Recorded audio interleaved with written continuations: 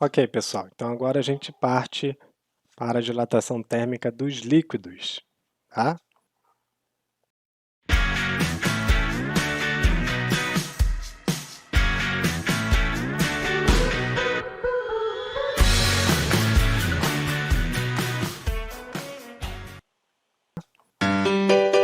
Com a dilatação dos líquidos, temos que ficar atentos ao fato de que o líquido sempre está em um recipiente. Então, para que você possa aquecê-lo, é necessário aquecer também o seu recipiente, né? Suponhamos, título de exemplo, que um recipiente de volume V0 está completamente cheio de determinado líquido, a uma temperatura T0. O que nós queremos estudar é a variação de volume sofrida por esse líquido ao sofrer uma variação de temperatura. Suponhamos, por exemplo, que haja um aquecimento desse líquido. Como o recipiente está completamente cheio, ao realizarmos um aquecimento, parte do volume desse fluido, desse líquido, irá transbordar, irá cair. E então vem a questão: poderíamos afirmar, a princípio, que este volume transbordado mede a variação de volume do líquido. Porém, como o recipiente também se dilata, esse volume transbordado não é exatamente a variação de volume do líquido, e sim apenas aparenta ser essa variação de volume. Por isso nós chamamos esse volume transbordado de variação aparente de volume do líquido, ΔV/AP. É fato que a variação de volume do líquido é igual ao volume inicial do líquido vezes o coeficiente de dilatação volumétrica do líquido vezes a variação de temperatura do líquido. No caso do recipiente, a gente pode fazer a mesma coisa.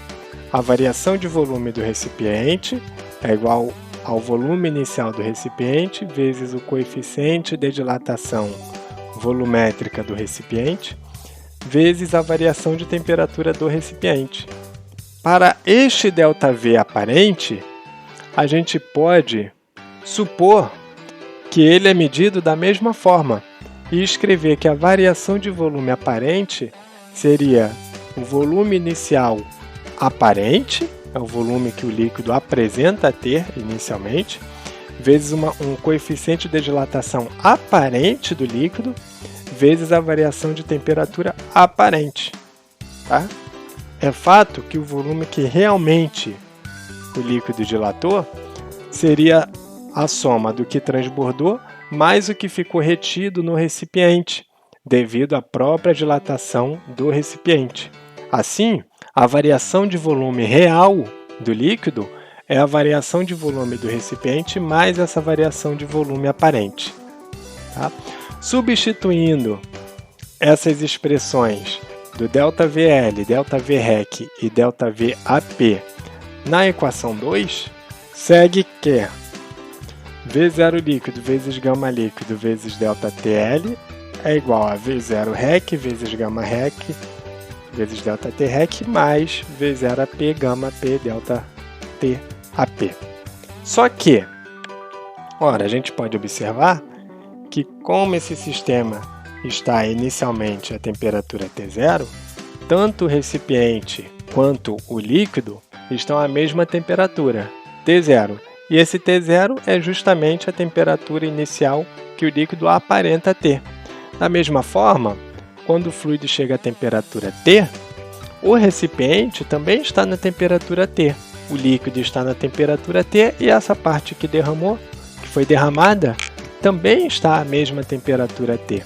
Assim, a variação de temperatura do líquido é igual à variação de temperatura do recipiente, que é igual à variação de temperatura aparente, que o líquido aparenta ter. Logo, esses ΔTs se cancelam.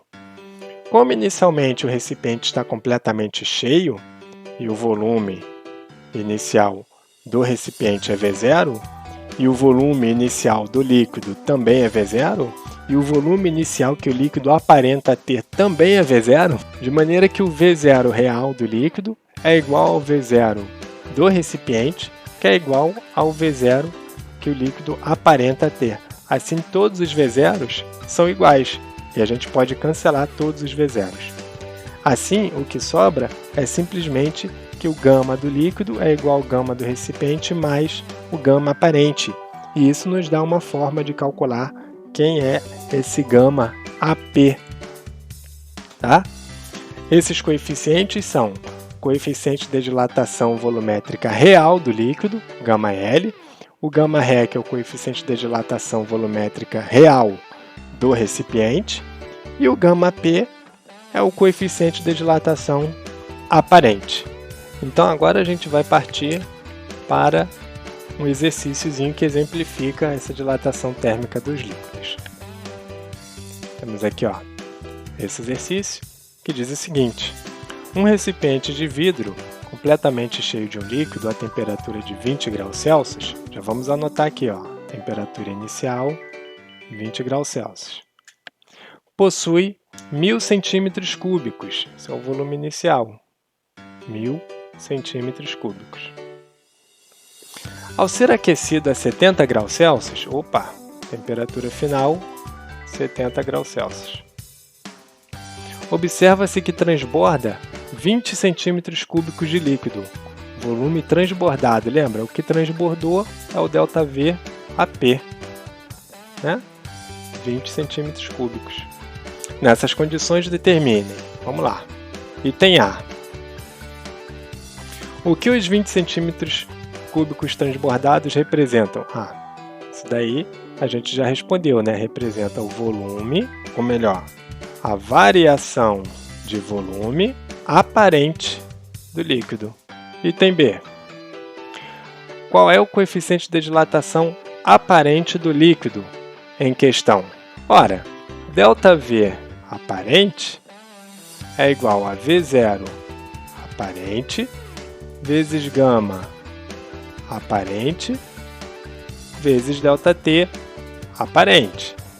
De maneira que 20 centímetros cúbicos, que é o ΔV aparente, é igual ao volume inicial aparente. O volume inicial é 1000, aqui está completamente cheio, né? O recipiente está completamente cheio, então o volume inicial do recipiente é igual ao volume inicial de líquido, que é igual ao volume inicial aparente, ok?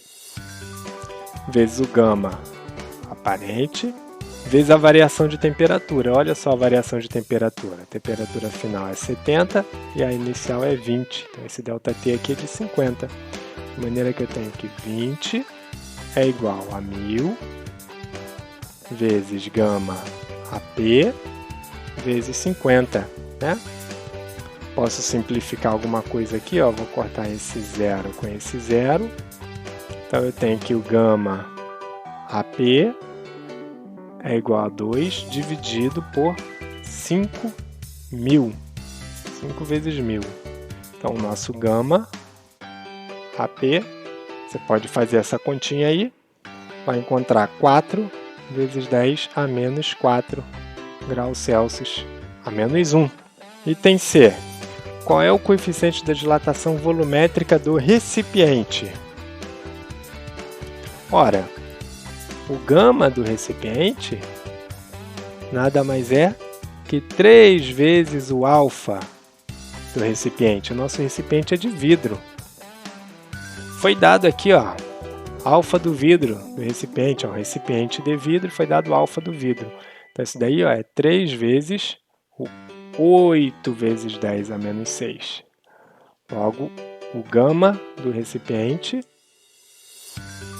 3 vezes 8, 24, 10 a menos 6, ou se você preferir, 2,4 vezes 10 a menos 5 graus Celsius a menos 1.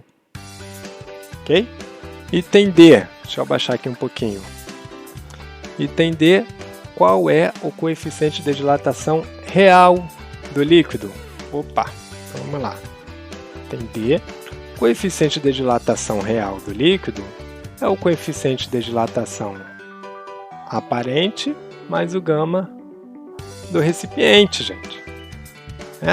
Então, nosso gama real, que é o gama do líquido, é o gama AP, que a gente já calculou, 4 vezes 10 a menos 4, somado com o gama do recipiente, que é 2,4 vezes 10 a menos 5. Dessa forma que está aqui, ó, como são potências diferentes, aqui é 10 a menos 4 e aqui é 10 a menos 5, eu não posso somar direto, então tenho que igualar essas potências, certo? Como eu faço isso? Ou transformo 10 a menos 4 em 10 a menos 5, ou eu transformo 10 a menos 5 em 10 a menos 4. Eu vou fazer o seguinte, vou transformar o 10 a menos 4 em 10 a menos 5, tá? Aí vai ficar 40, ó. Aqui eu ando com a vírgula uma casa para frente, 40, e tem que subtrair uma unidade da potência de 10. Então fica 10 a menos 5. E eu somo com 2,4 vezes 10 a menos 5, de maneira que vai ficar gama L igual a 40. Agora sim eu posso somar. 40 mais 2,4 vai dar 42,4 vezes 10 a menos 5. E aí eu posso simplificar isso, andar com a vírgula uma casa para trás, vai ficar 4,24 vezes 10 a menos 4 graus Celsius a menos 1. Temos ainda mais um item. Item E pergunta assim: qual é a dilatação real do líquido? Opa! Dilatação real do líquido eu posso fazer com ΔV do líquido é igual a V0 do líquido vezes o gama do líquido vezes o ΔT do líquido, né? Então isso vai ficar volume inicial 1000, gama do líquido é o que eu acabei de calcular, 4,24 vezes 10 a menos 4, vezes o ΔT, que é 50. Então o seu ΔV do líquido é igual, a gente pode multiplicar isso tudo aí, e você vai encontrar 21,2 centímetros cúbicos. Temos ainda o item F, que pergunta: qual a dilatação real do recipiente? Ora, a gente sabe que o ΔV do líquido é o ΔV do recipiente mais o ΔV aparente. Então, o ΔV do recipiente é igual a ΔV do líquido menos o ΔV aparente, certo? Portanto, ΔV do recipiente pode ser obtido com ΔV do líquido, acabei de calcular, 21,2, menos o ΔV aparente, que foi dado, é o que foi transbordado ali, ó, 20, né? Então aqui eu subtraio 20. Como está tudo em centímetros cúbicos, não precisa me preocupar com as unidades.